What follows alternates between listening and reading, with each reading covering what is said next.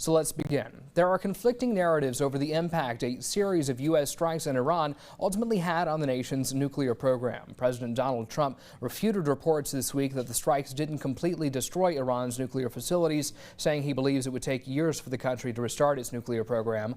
America's involvement in the Iran-Israel conflict has drawn sharp criticism from Kentucky Congressman Thomas Massie, breaking with many of his Republican colleagues to argue that the president's actions were unconstitutional. The president is now vowing to travel to Kentucky and campaign for Massie's defeat. A pro-Trump PAC has already made $1 million ad buy this week. President Trump is securing our border and deporting criminal aliens. Massie voted against Trump again. And after Trump obliterated Iran's nuclear weapons program, Massie sided with Democrats and the Ayatollah. Let's fire Thomas Massie. MAGA Kentucky is responsible for the content of this advertising. Most of us were tired of the wars in the Middle East and Eastern Europe, and we were promised that we wouldn't be engaging in another one. Yet here we see this happening, and there's a the president and the administration say, oh, we're done. We've had our little bombing and now this is over. But what happens if this drags on between Israel and Tel Aviv gets pummeled by Iran? Is President Trump going to say we're going to sit by and not do anything in that instance? Now, Massie has seen a big donor boost amid the feuding, announcing more than $170,000 in donations this week. So, Representative Roarx, I'm going to start the conversation with you here. How are Democrats seeing this overall feud? At least on the national level, y'all are kind of on the sidelines here, but what would you ultimately like to see happen? So I think, first of all, it's important to know that there is broad agreement that Iran should not have nuclear bombs.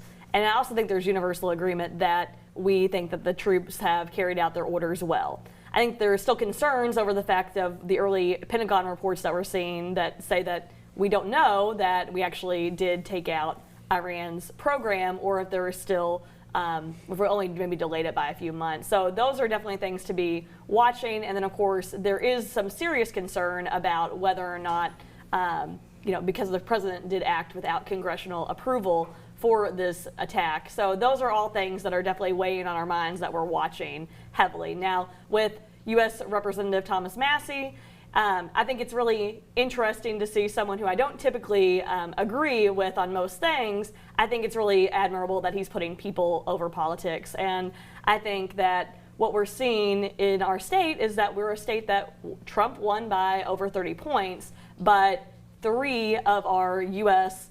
Republican Congress members are being very vocally against some of Trump's proposals. And I think this is just one example of that, and how maybe what the president is doing might not be best for Kentuckians. And these are definitely some concerning things that have come up. Well, let's bring you in here, Representative Lockett. What do you make of the constitutionality argument that you're seeing Representative Massie make?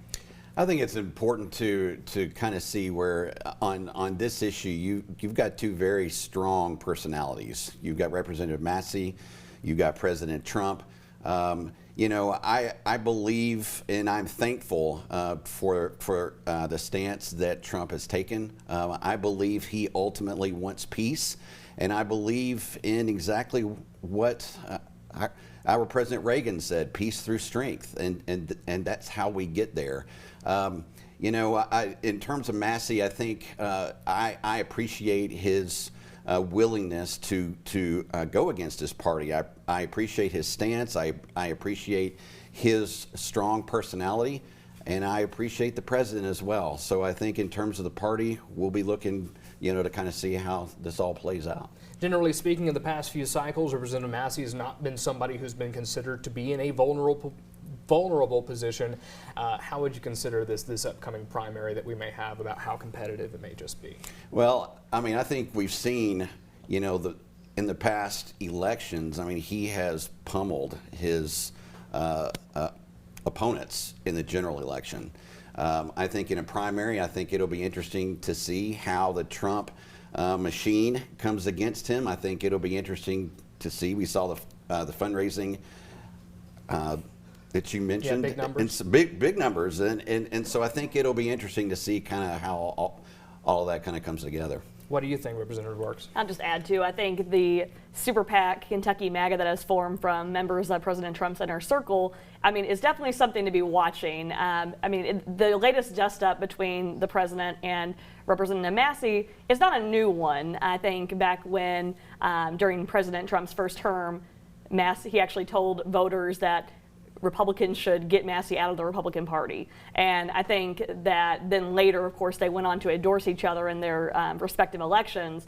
But this tension is not new. We got a little less than a minute left here. You also some quick answers. You know, what do you think is the most likely path in this conflict, and you think that the U.S. should continue to play a role?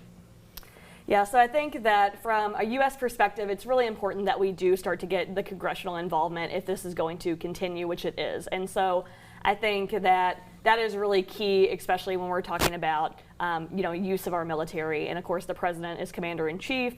But when we're talking about our financial resources and this very delicate situation, I think, really need to be weighing in from our members of Congress more. Quick last word, Representative Lockett. I would say peace through strength, and I would say it's important that we stay involved on a level that we can retain peace in that region if it's possible.